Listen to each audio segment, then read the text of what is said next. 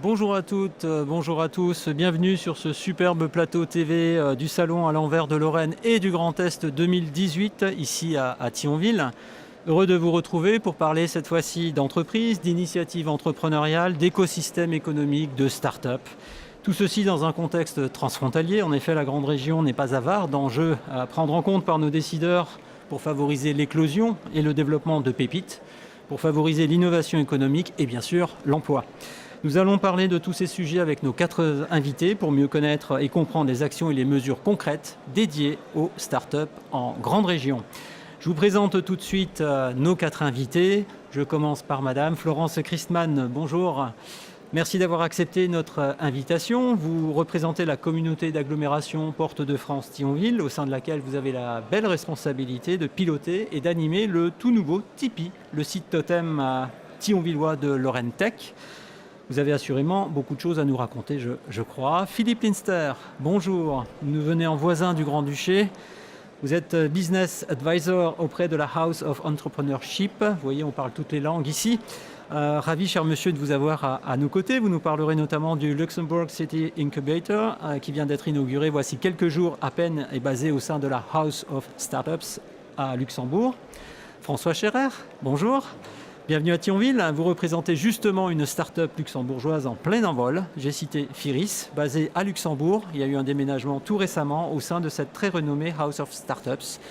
Et puis, last but not least, j'accueille avec plaisir Fatem Kadouri, fondateur d'Equadim, une start-up B2B qui aide les PME, les collectivités locales à gérer toutes leurs activités en temps réel. Vous nous expliquerez tout ça. Vous représentez l'une de ces entreprises qui justement habite depuis quelques semaines au sein du Tipeee.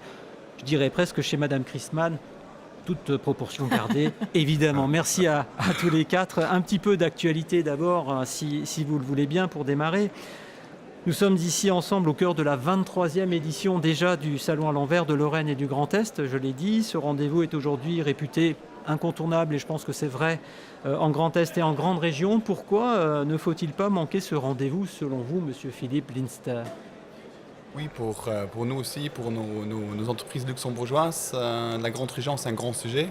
Avant, on a encore vu les statistiques. La grande région a en toute une population de 11 millions, une population active de plus que 5 millions, et surtout un pays comme le Luxembourg, qui, quand même par sa taille, il est très petit, on vit des marchés internationaux. On a un commerce qui est très fort au Luxembourg, mais surtout grâce aux frontaliers qui viennent travailler au Luxembourg, mais aussi grâce avec le commerce international qu'on fait avec la grande région. Soit ils viennent au Luxembourg, soit on exporte nos services aussi à l'étranger.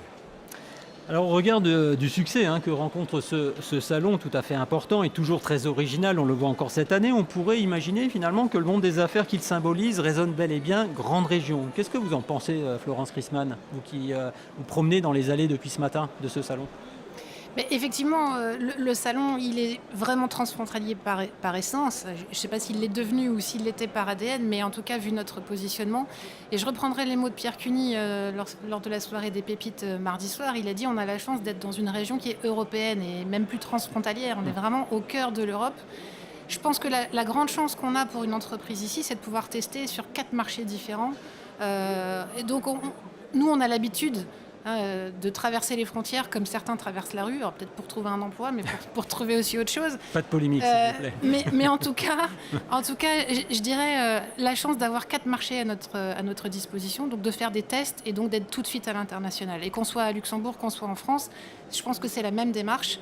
On a possibilité de se tester sur plusieurs marchés différents. On fait presque de la grande région sans s'en rendre compte finalement. Exactement. Ça devient naturel. Exactement. Et vous, François Scherer, comment vont les affaires ? Beaucoup de contacts depuis ce matin ? Oui, beaucoup de contacts parce que c'est un salon exceptionnel. Je ne le dis pas parce que je suis là aujourd'hui. J'ai fait de très grands salons comme le CEBIT ou le salon de l'industrie de Hanovre. Là, il n'y a rien qui sont des mastodontes. Qui sont des mastodontes, mais en taille de salon, sur des salons parisiens qui sont beaucoup plus importants, on n'a pas une qualité de contact comme on a ici. Les gens se donnent rendez-vous, et les contacts sont vraiment qualifiés. Ça, c'est très très intéressant. Pour moi, c'est carton plein. Et vraiment, j'aimerais avoir beaucoup plus de salons comme ça dans d'autres villes parce que ça nous permettrait d'élargir encore plus le business. Alors je vais rester avec vous si vous le voulez bien, si vous voulez nous dire quelques mots sur les métiers, sur l'activité de votre entreprise, sur l'offre de services de Firis. Vous commencez à être reconnu dans un domaine qui touche à la protection du travailleur, si j'ai bien compris, et notamment du travailleur connecté. Est-ce que vous nous dites un petit peu et puis on verra quelques images juste après? Alors, Firis a 2 départements. Un département d'études en électronique et informatique embarquée, où là on parlera des partenariats qu'on a mis en place, qui est de la recherche. Et l'autre département, c'est la réalité virtuelle et la réalité augmentée. On est une des rares sociétés à avoir des développeurs qui sont issus du monde du jeu vidéo, qui ont travaillé pour les plus grandes marques, les plus grandes majors américaines, et qui nous confèrent une qualité de graphisme que peu de sociétés ont. On essaye également de créer un groupe expert à travers toute la grande région, que ce soit en Belgique, en Allemagne ou en France. En France, on est en contact avec l'hôpital virtuel de Nancy, qui nous apporte des techniques de métrologie et d'ergonomie qui nous permettent de vraiment répondre à toutes les demandes. C'est du haut niveau là. C'est du haut niveau. Du très très haut niveau. Vous parlez dans quelle langue dans ce réseau? Juste comme ça? En grande région, vous savez que c'est ou l'allemand ou le français ou le luxembourgeois. Oui, alors... Finalement, c'est l'anglais, c'est ça? Alors, beaucoup l'anglais, mais le français étant la langue maternelle, on a quand même la chance dans ce secteur d'avoir beaucoup de gens qui parlent français. C'était une taquinerie. On lance les images? Merci.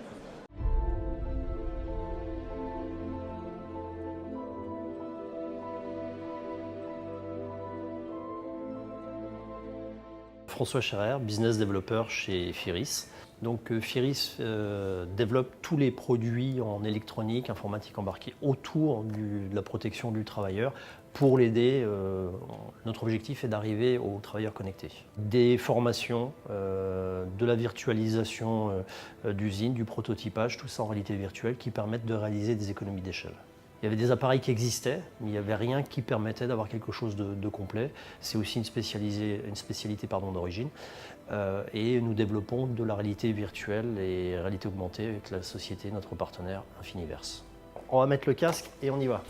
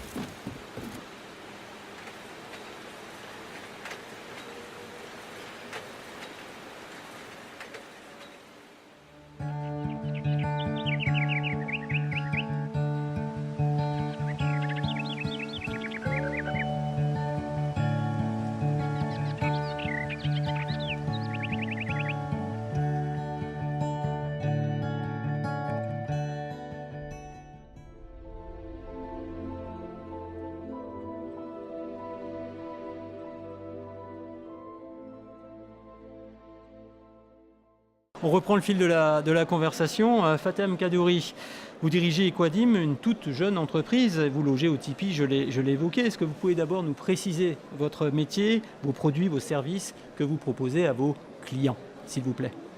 Bien sûr.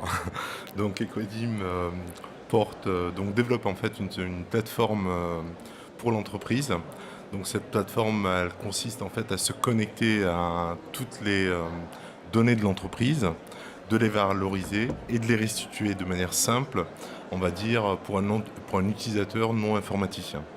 Et donc, encore une fois, l'idée, c'est vraiment d'arriver au Saint Graal, donc l'aide à la décision en temps réel. Voilà, c'est vraiment un outil d'aide à la décision temps réel. Temps réel. Voilà.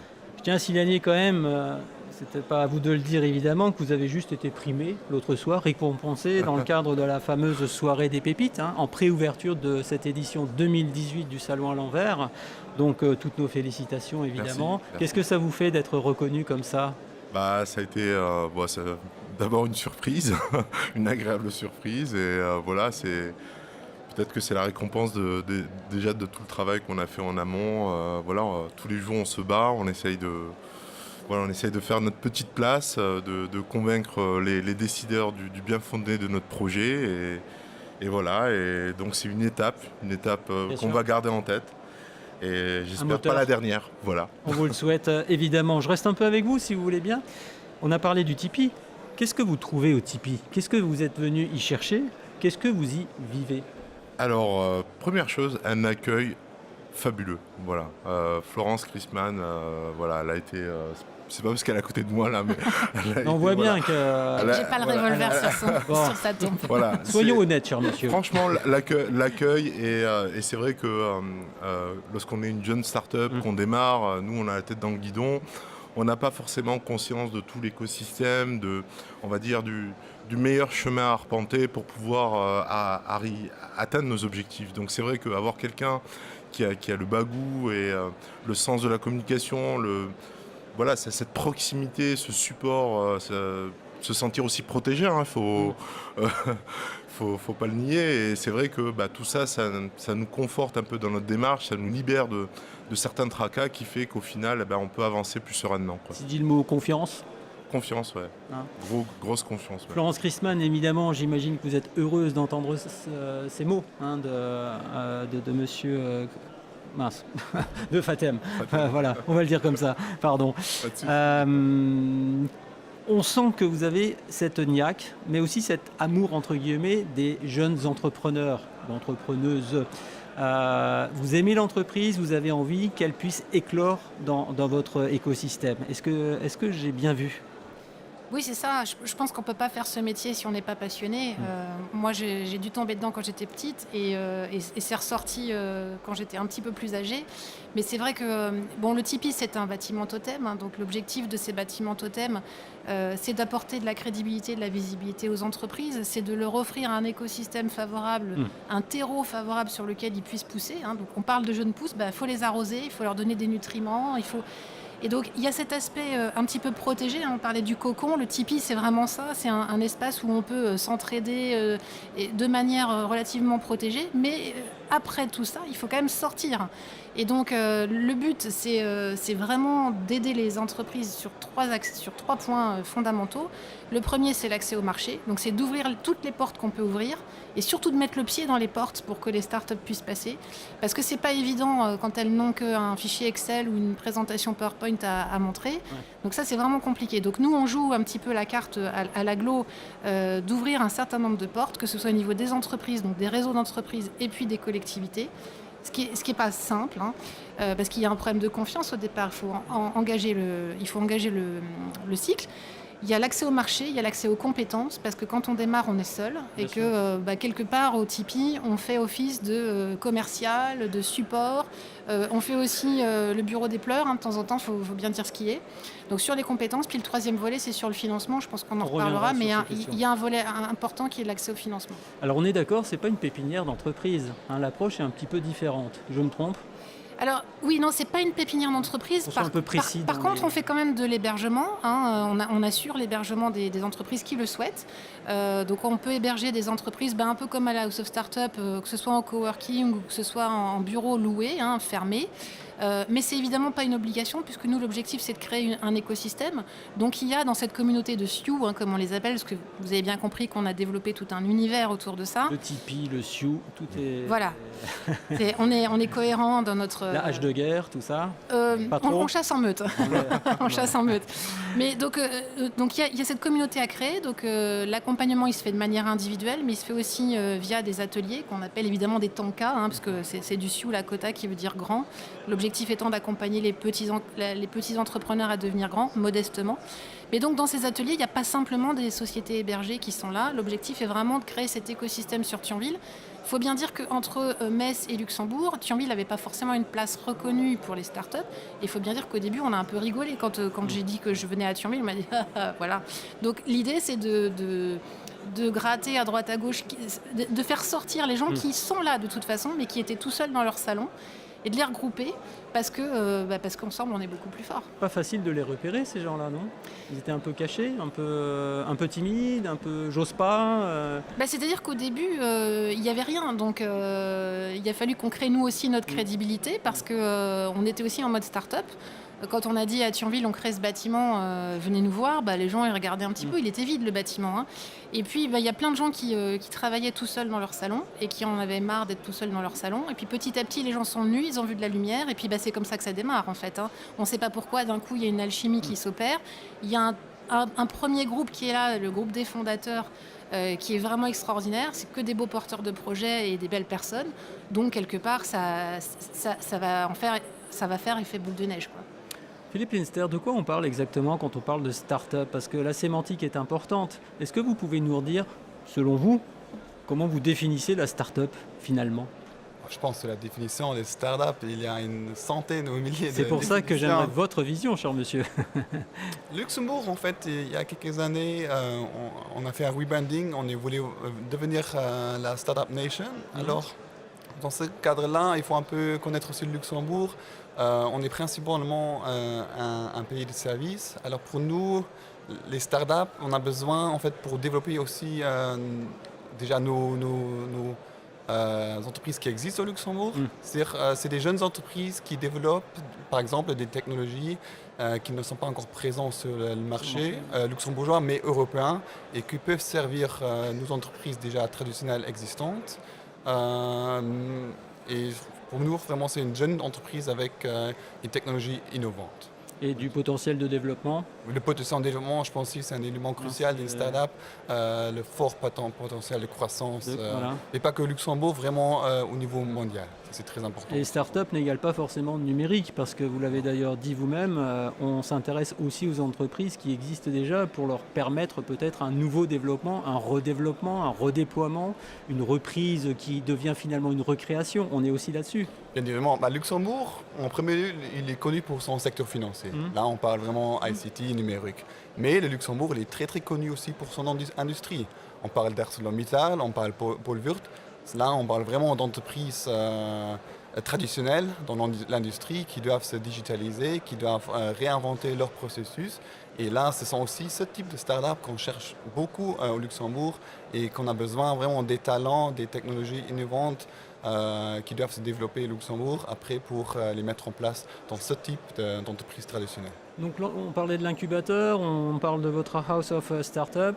Est-ce que vous avez un exemple qui vous a particulièrement marqué d'une activité que vous hébergez actuellement et qui mérite d'être connue? J'imagine que vous en avez pléthore. Lequel vous auriez envie de nous faire partager? Alors, dans la House of Startups, on a deux grandes catégories. Ouais. On a, à côté, il fait partie du Luxembourg City Incubator. Là, c'est un peu un incubateur général.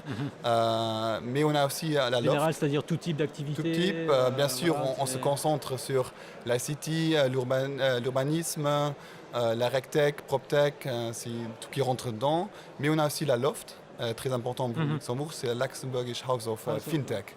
Et là, on a une multitude de startups qui sortent du Loft et maintenant même qui rentrent dans des incubateurs en Allemagne chez Volkswagen. Alors là, on connaît un très grand succès parce que le Loft existe déjà depuis quelques années. Le LC maintenant, il existe depuis quelques mois.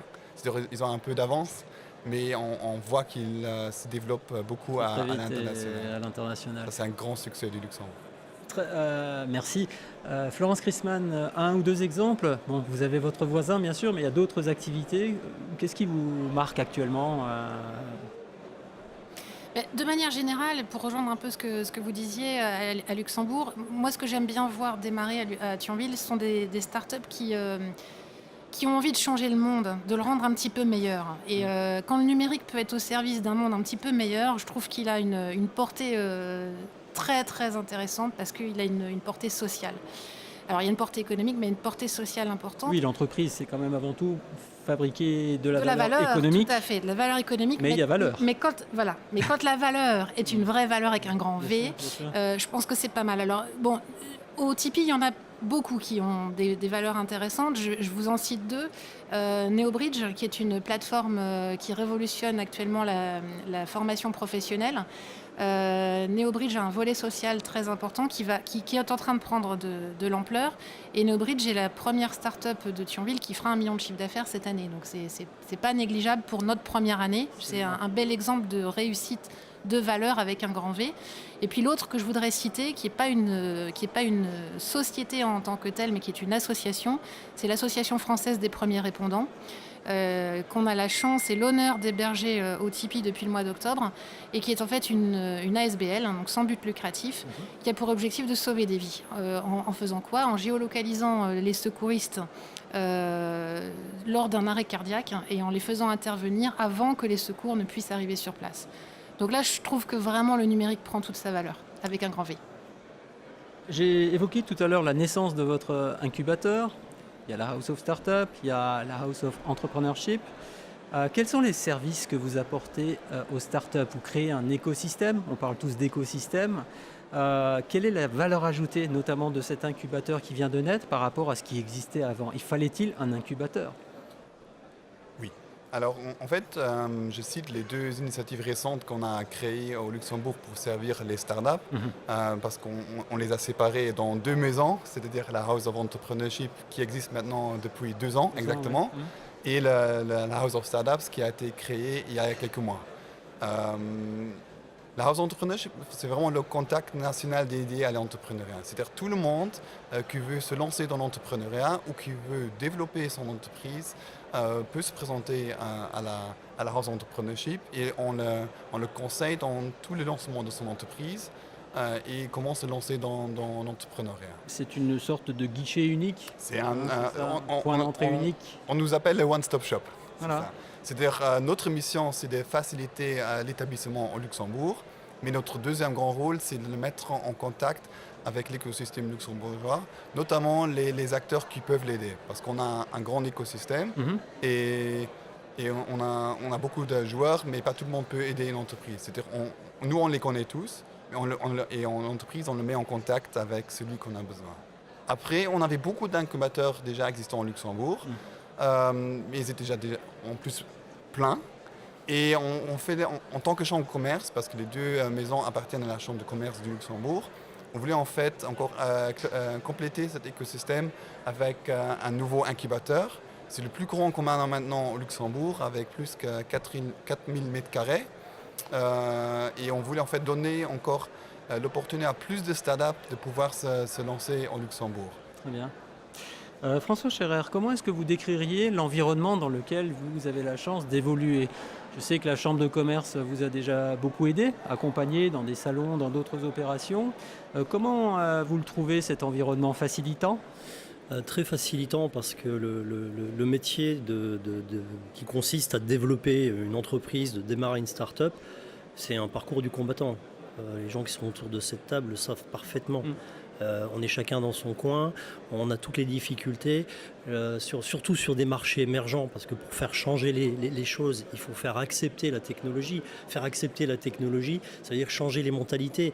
Est-ce que ce qui va être fabriqué ne va pas prendre mon travail, ne va pas m'espionner? Quand on aura franchi ces barrières et qu'on se rendra compte de l'utilité, autant l'utilité d'une application pour sauver des vies ne fait aucun doute, autant que tout le restant, même si on parle de protection de travailleurs. Est-ce que c'est pas encore une idée supplémentaire pour essayer de me rouler? Non. Vous êtes un révolutionnaire en fait. Non, c'est pas. Dans ces cas-là, on est beaucoup de révolutionnaires. Et le fait d'être dans ces environnements-là, que ce soit sur Thionville, que ce soit sur Luxembourg, déjà nous on a un environnement qui est magnifique, accueillant, qui est confortable, mais ça suffirait pas. Il faut cet accompagnement, il faut aussi cette chaleur humaine.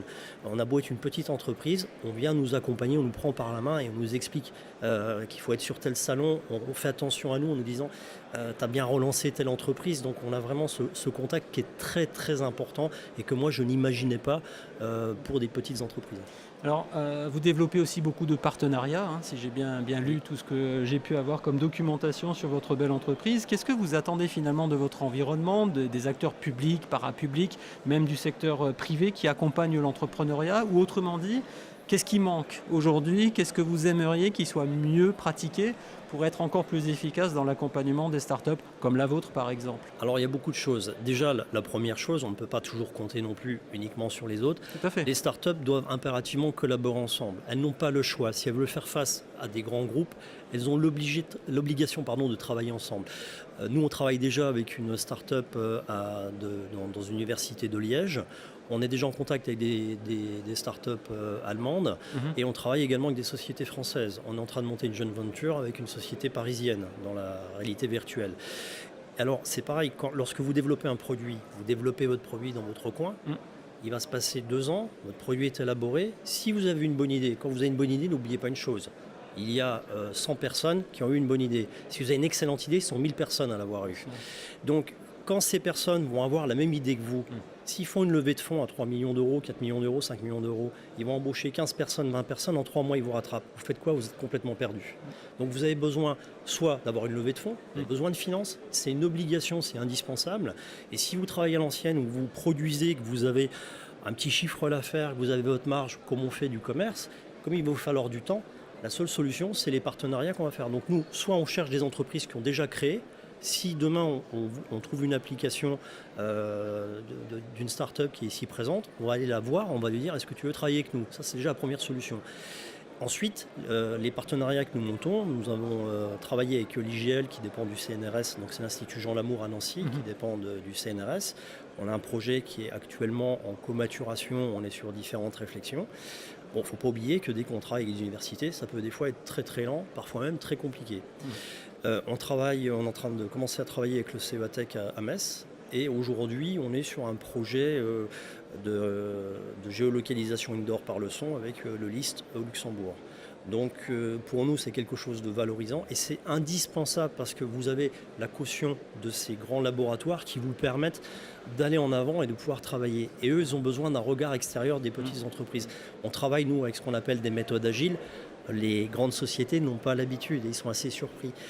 Dernièrement, on a répondu à un appel d'offres, un appel à innovation de chez Total. Plutôt que d'y aller seul, on a répondu avec 7 entreprises, une de Lunéville, une de Metz, une de Paris, une de Luxembourg, une de Belgique. Et on est arrivé avec un projet où on pouvait répondre à 80% des besoins de la société, alors que si on avait été seul, on aurait peut-être qu'à 20%. Histoire de chasser en meute, comme vous le disiez, madame. C'est le même constat. C'est exactement le même constat. Et si vous n'allez pas dans cette direction, vous êtes perdu. Si vous travaillez dans votre coin et que vous n'allez pas dans un endroit comme le Tipeee ou comme la House of Startup où il y a toute une communauté, c'est fini. Difficile. C'est fini, vous êtes isolé et vous êtes perdu. Nous, on a déménagé parce que pour ces raisons-là, on avait des grands locaux, on avait nos ateliers, notre laboratoire pour faire des prototypes. Mais loin. Oui. Trop loin, en tout cas, de là où ça se passe. Voilà, on a renoncé et on ne regrette pas notre choix, on a bien fait. Monsieur Linster, on a évoqué le financement. C'est l'enjeu majeur pour les startups aujourd'hui. Il y a beaucoup d'outils qui existent, évidemment, beaucoup de dispositifs, publics ou privés. Il y a beaucoup de sollicitations, pas beaucoup d'élus. Comment vous positionnez par rapport à ça? Quelle est votre vision sur ces questions de financement? Bien sûr, c'est un point crucial dans la vie d'une entreprise. En fait, pour toutes les entreprises, mais surtout si on parle de start-up, on a dit avant la définition, c'est une jeune entreprise à fort potentiel. Et on dit, si cette entreprise, cette start-up qui trouve le financement de 3 millions et l'autre avec la même idée n'a pas trouvé, elle est perdue. Bien évidemment. C'est-à-dire aussi au Luxembourg, c'est la grande discussion, comment améliorer et compléter nos services de financement. C'est-à-dire bien évidemment au Luxembourg, on est connu pour avoir beaucoup de banques, mais les banques sont parfois réticentes d'investir dans des startups. Parce que Une banque reste une banque. Non, La culture de la banque reste. Oui, bien évidemment, elle doit protéger l'argent. Ce n'est pas leur but maintenant d'investir dans des startups à fort risque aussi. Bien sûr. Même maintenant au Luxembourg, on a quand même des business angels. On a même le LBAL, comment il s'appelle? C'est le Luxembourgish Business Angel Association, qui sont des investisseurs privés qui investissent dans des startups. Et on a aussi des fonds d'investissement qui maintenant sont également soutenus par des fonds avec un soutien au niveau national et au niveau européen. Pour juste citer 2 exemples au Luxembourg, c'est le Digital Tech Fund et le Luxembourgish Future Fund, qui sont vraiment deux mesures au niveau national et européen qui peuvent encore soutenir les startups, mais aussi des fonds d'investissement qui investissent dans des startups. Donc là, on est bien dans le partage entre le public et le privé qui essaye de co-investir dans ces pépites que j'évoquais tout à l'heure. Comment ça s'est passé pour Equadim sur le plan financier, sans trahir de secret, mais j'imagine que c'est souvent le nerf de la guerre, mais dites-nous. C'est sûr que ça peut être un gros souci, l'aspect financier, parce que des fois c'est du matériel à acheter. Par exemple, nous, il y a une partie de notre travail qui se concentre sur les objets connectés. Donc il faut investir un peu d'argent aussi dans tous ces objets connectés pour faire tous les tests opérationnels, tout ça, partie logicielle, partie machine, tout.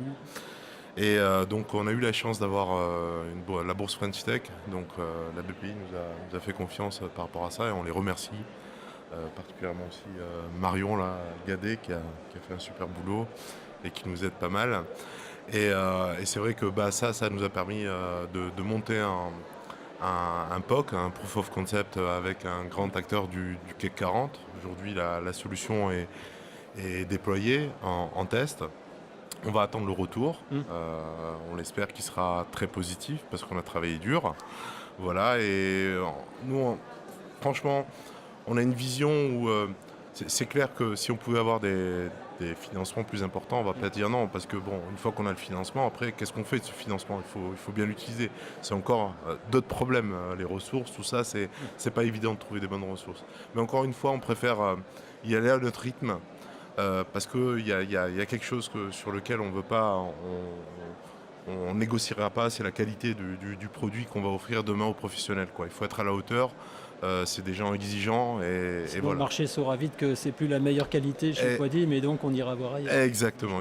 Donc on préfère y aller nous doucement, même si des fois c'est un peu frustrant, mais pour bien faire il faut du temps et on se donne le temps. Langsam aber sicher, comme on dit en bon allemand, n'est-ce pas ? Florence Chrisman, l'ouverture au dispositif de financement fait bien sûr partie du panel, vous l'avez dit, de services que vous offrez. Est-ce que ça se passe plutôt bien pour les entreprises hébergées actuellement chez vous ? Vous avez un témoignage à nous apporter là-dessus, ou est-ce que vous voyez qu'il y a quand même des dossiers sur lesquels c'est compliqué ? C'est un peu le problème en France. Souvent on dit qu'il n'y a pas assez d'argent, de mise à disposition de fonds pour investir dans les petites entreprises notamment. Alors, il y a une situation qui est relativement paradoxale en France, c'est qu'il n'y a jamais eu autant d'argent disponible pour le capital risque, et il n'y en a jamais eu aussi peu de disponible en amorçage. Et je pense que le parallèle avec Luxembourg est assez proche, parce que j'ai eu la chance de travailler à Luxembourg, j'ai monté l'accélérateur de PVC, donc un accélérateur privé. Donc la partie financement, je la connais bien des deux côtés de la frontière. Je pense que le point commun, c'est que des deux côtés, on a des business angels qui sont structurés, qualifiés et qui sont professionnalisés, mais en nombre insuffisant, ça c'est clair. Il y a très peu de fonds d'amorçage, que ce soit à Luxembourg ou en grande région. Donc les business angels en Lorraine, c'est YIST, c'est l'association des business angels de Lorraine. Fonds d'amorçage, il y a l'ILP, ça départ. Du côté Lorraine, on a Pôle Capital qui a un joli fonds d'accompagnement en accélération. Mais honnêtement, il y a quand même encore beaucoup de trous dans la raquette. Et c'est l'accès au financement privé, j'entends bien privé, est un gros challenge. Par contre, en France, ce que je trouve intéressant, et pour l'avoir découvert en arrivant à Thionville, c'est toute la capacité de financement public. Même si j'aime pas trop qu'on s'appuie que sur des financements publics, parce que je préfère qu'on aille chercher 1 euro de chiffre d'affaires qu'1 euro de subvention. Mais en même temps, dans certains métiers, effectivement, et vous l'avez dit tous les deux, que ce soit chez Firis ou chez Equadim, par moment, on a besoin d'un coup de pouce, parce qu'une start-up, ce qu'il a défini aussi, c'est la force de sa R&D. Et la R&D, il faut la payer. Donc quand on voit ce que fait la BPI, quand on voit ce que fait la région Grand Est, c'est absolument incroyable. Il y a des dispositifs. D'ailleurs, j'arrive encore pas à maîtriser tous les dispositifs qui sont faits pour les entrepreneurs. Vous n'allez pas nous dire qu'il y en a trop. Non, il n'y en a pas trop, mais j'ai encore du mal à les flécher tous sur l'ordre de passage. Ça reste complexe. Voilà, ça reste complexe. Par contre, il y a énormément de choses qui sont faites au niveau public. Maintenant, c'est vrai que le financement privé reste, je pense, un gros challenge des deux côtés. Et on travaille actuellement de part et d'autre sur de la co-construction. Parce qu'on est évidemment voisins et on a l'habitude de travailler ensemble. Moi, je connais tous les incubateurs et les accélérateurs de Luxembourg. On se connaît et on se reconnaît. Et l'objectif pour nous, c'est de travailler ensemble sur l'aspect compétences et sur l'aspect financement. Et sur l'aspect financement, on sera plus fort si on arrive à mettre sur la carte un pôle transfrontalier ici, entre Luxembourg, la Belgique, l'Allemagne. Je sais que par exemple, en Belgique, il y a des fonds spécialisés sur ce qu'on appelle la vallée de la mort. C'est-à-dire la partie que beaucoup de startups connaissent bien, où c'est où il y a une phase du projet où on va y arriver, où ça va casser. Donc l'idée c'est vraiment sur cette grande région de travailler avec toutes les forces vives. Vous avez parlé de compétences. Je vais accélérer un petit peu parce que l'émission va quasiment toucher à sa fin. Est-ce que vous êtes bien entouré aujourd'hui? Je me tourne vers vous, Monsieur Kaddouri. Est-ce que vous cherchez aujourd'hui de la compétence? Parce que c'est l'autre nerf de la guerre. Quand on fait de l'innovation et pour rester au top de la qualité, il faut de l'intelligence, du cerveau. Est-ce que vous trouvez ces cerveaux? Alors, encore une fois, nous, aujourd'hui, notre dynamique, c'est vraiment bon. On a une première version aujourd'hui, qui nous permet de nous connecter à certains types de données, de centraliser, de valoriser, comme j'ai pu le dire tout à l'heure.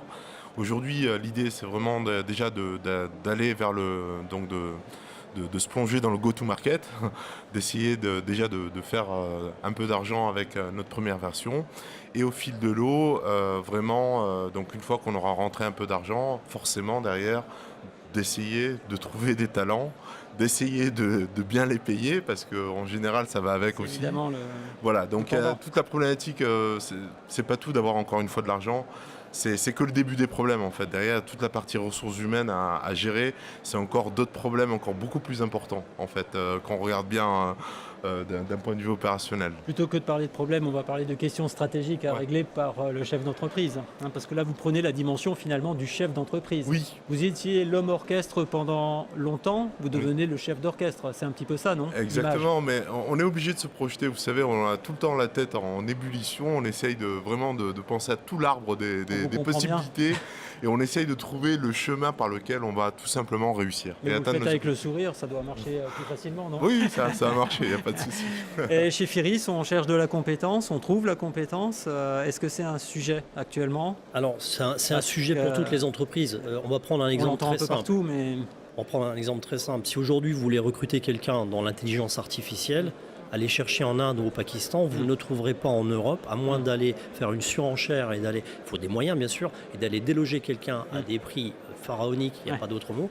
Donc ça, c'est effectivement un problème. Trouver les compétences, c'est pas évident. Mais comme on le dit, pour trouver les compétences, il faut aussi avoir l'argent. Donc l'argent, on en a besoin pour pouvoir commercialiser, continuer la R&D. Donc c'est loin d'être gagné. On cherche aussi, nous à notre niveau, on essaye une levée de fonds parce qu'elle est indispensable, même si on va suivre le même chemin et on va commencer les premières ventes pour pouvoir le faire. Ouais. Et moi, je partage le même avis au niveau de l'argent. Oui, l'argent, il y en a sur le terrain. Le problème, c'est qu'il n'est pas à destination des petites start-up. Et il est à destination de la start-up qui a eu l'idée du tonnerre et qui se fait racheter à coups de millions. Donc, il y a des millions qui se font. On a l'exemple d'une levée de fonds dernièrement en Suisse qui s'est faite pour quelqu'un qui est en train de faire de la réalité augmentée projetée sur le pare-brise de voiture. Alibaba, Porsche et une autre marque viennent de lever 80 millions d'euros pour cette start-up. C'est justifié, c'est normal. Mais on va parler de ces chiffres-là, on va les cumuler, ça va donner des milliards. Il n'y aura rien pour les petites entreprises. Et la difficulté, elle va être là. La vallée de la mort, elle vient au moment où le produit il est prêt et qu'on a besoin de le vendre. Pour vendre le produit, c'est la plus grosse difficulté des start-up. C'est pour ça que moi j'ai été recruté dans cette start-up. C'est le domaine commercial.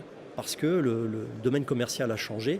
On n'envoie plus des mails, on ne va plus visiter. Quand on allait rencontrer quelqu'un à l'époque, on était la personne indispensable qu'il fallait voir. On était un informateur sur le marché. Aujourd'hui, on tape sur Internet, on trouve toutes les données des marchés. Bien sûr, bien sûr. On vous sent un peu irrité sur ce sujet, donc je ne vais pas insister. Non, c'est très compliqué. C'est un gros stress. Bien sûr, non, mais évidemment, je le dis avec le sourire, mais évidemment, c'est le sujet. On le sent bien. On pourrait faire une heure sur cette thématique-là. Mes chers invités, peut-être une dernière interpellation à chacun de vous, une réponse rapide si vous voulez bien. Un seul vœu à formuler pour que les startups et la vôtre aillent mieux. Un seul vœu, je crois qu'il est exprimé et il est à travers ce salon aujourd'hui. La grande région est une force. Il faut se mobiliser et ne pas rester dans son coin. Il faut des initiatives qui viennent de tous les pays concernés par la grande région et de tous les acteurs. C'est fait à travers des incubateurs au Luxembourg, au côté français, à Thionville. C'est fait avec des startups qui font quelque chose. C'est fait avec des salons. On peut se rencontrer de cette façon-là. On doit aller encore plus loin et pas s'arrêter en si bon chemin parce qu'il y a encore un petit peu de travail là-dessus. Mais ça, c'est le bon chemin. Et comme ça, on va tous y arriver ensemble et on va tous se prospérer. Merci pour les réponses courtes. Fatem Kaddouri, quelle priorité pour favoriser l'entrepreneuriat et la bonne gestion d'une start-up pour qu'elle puisse grandir au rythme que vous souhaitez? Bah, écoutez, nous, encore une fois, on est en plein go-to-market, donc c'est notre plus grand vœu, ça serait de travailler avec nos premières PME parce que la solution a vocation à être accessible financièrement, donc on voudrait travailler avec les PME et on espère que les PME vont nous ouvrir leurs portes et vont nous permettre de les écouter, d'entendre leurs problèmes et d'y répondre positivement. Voilà. Merci. Philippe Linster, au-delà de souhaiter bon vent à ce nouvel incubateur, le Luxembourg City Incubator, il y a un nouveau gouvernement qui est en formation chez vous. Qu'est-ce que vous aimeriez lui demander ? J'ai un vœu, en fait, que le gouvernement motive nos jeunes talents de travailler encore plus dans le secteur privé pour les entreprises traditionnelles, mais également pour les startups. Parce que souvent, nos jeunes, ils ont cette option de travailler pour le secteur public, qu'il est bien rémunéré, mais il faut quand même aussi augmenter l'attractivité des secteurs publics, et surtout aussi de cette passion d'entrepreneuriat et surtout de cette passion d'une aventure d'une startup. Florence Christman, je vais terminer avec vous. Votre communauté de Sioux, elle va grossir, elle va grandir. Quelle est la prochaine étape ? Un nouveau Tipeee ? Ah oui, un prochain Tipeee, oui, ça c'est sur la feuille de route. Vous le savez, on est hébergé aujourd'hui par la ville de Thionville, dans des anciens locaux qui ont vocation à être détruits d'ailleurs d'ici quelques années. Donc ça nous fait un bon terrain de jeu, un bon laboratoire pour évaluer les besoins que l'on aura. Et on regarde, moi je suis allée visiter la Soft Startup avec beaucoup avec des étoiles dans les yeux, tout à fait, parce que c'est vraiment le summum de ce dont on pourrait rêver. Mais sans aller jusque-là, parce qu'on n'est pas une capitale à Thionville, mais de pouvoir projeter justement un bâtiment qui corresponde aux besoins. Et qui permettent d'accueillir plus de Sioux, mais pas que, parce que je pense que ces bâtiments, et c'est le cas aussi de la House of Startup, ne sont efficaces que quand ils font du touillage. C'est ce que j'appelle vraiment du touillage, c'est-à-dire qu'il n'y a pas que des startups, qu'elles ne restent pas entre elles, mais qu'elles puissent rencontrer des grands groupes, des partenaires, et puis que cet écosystème, il prenne déjà forme au sein du bâtiment. Merci à tous les quatre, c'était juste passionnant. On aurait envie de continuer évidemment. On se retrouvera pour d'autres débats à d'autres moments. Merci pour votre attention à toutes et à tous. Soyez heureux. Merci Guy. Merci.